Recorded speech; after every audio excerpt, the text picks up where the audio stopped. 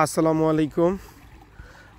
সকালের এই সোনালি সূর্য সকালে নামাজ পড়ে উঠে এসে আমাদের এই যে প্রকৃতির সাথে আজকে আপনাদের সাথে কিছুটা পরিচিত হচ্ছি।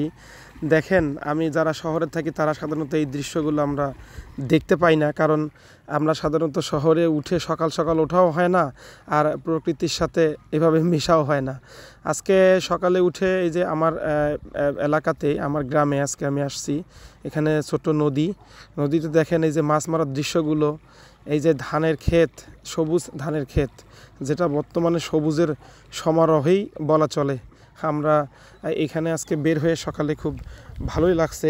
আর সোনালি সূর্যটা তার সাথে অবশ্যই আলাদা ধরনের একটা এক্সপেরিমেন্ট দিচ্ছে, যে সূর্য উদিত হওয়ার সাথে সাথেই এর থেকে কিন্তু ভিটামিন ডি আমাদের শরীরে আসে, খুবই প্রয়োজনীয়, যেটা আমরা না থাকলে আমাদের নানাবিধ রোগ, যেমন বিশেষ করে ডায়াবেটিস, এই রোগ দেরিতে ঘুম থেকে ওঠার কারণে কিন্তু হয়। যাই হোক, খুব সুন্দর প্রকৃতি, যেটা আমরা শহরের লাইফে আমরা আসলে কখনো পাই না। এই ধরনের প্রকৃতির সাথে আমরা কখনোই আমাদের দেখা হয় না। শহরে আমরা ঘুম থেকে দেখা যায় কাজের চাপে অনেকেই অনেক দেরিতে উঠি, কিন্তু গ্রামে যখন হঠাৎ করে আসা হয় তখন এই রকম প্রকৃতির সাথে মিশতে আসলে খুবই ভালো লাগে। আমার কাছে এই সকালটা মনে হচ্ছে যে একেবারেই সেই সোনালি অতীতের মতো। আমার বয়স যখন অনেক ছোট ছিল, আমাদের এখানকার এই যে পরিচিত নদী ঘাঘট নদীর উপরেই ঠিক এই যে, যেটা আমরা মালভোগ কলা বলি, যে বর্তমানে বাজারে এটার আপনারা জানেন যে ডিমান্ড অনেক বেশি। সকলেই চায় যে এটার খাওয়ার জন্য খুবই ভালো।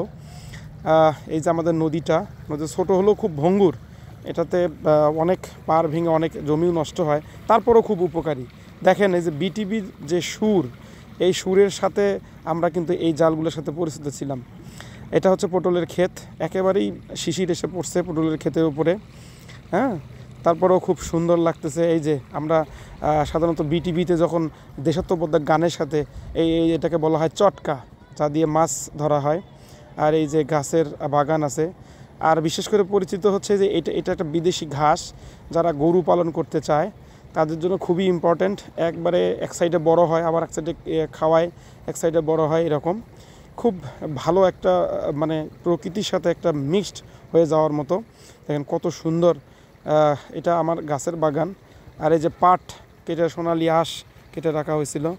আর এটা হলো সেই এটা হচ্ছে পটলের ক্ষেত, এটা পটল। যাই হোক, আমি খুব দ্রুত দেখানোর চেষ্টা করলাম। গ্রামে কিন্তু যে গাছও কাটা হয়, কিন্তু যে পরিমাণ কাটা হয় তার তুলনায় কিন্তু রোপণই বেশি হয় এখানে গ্রামে।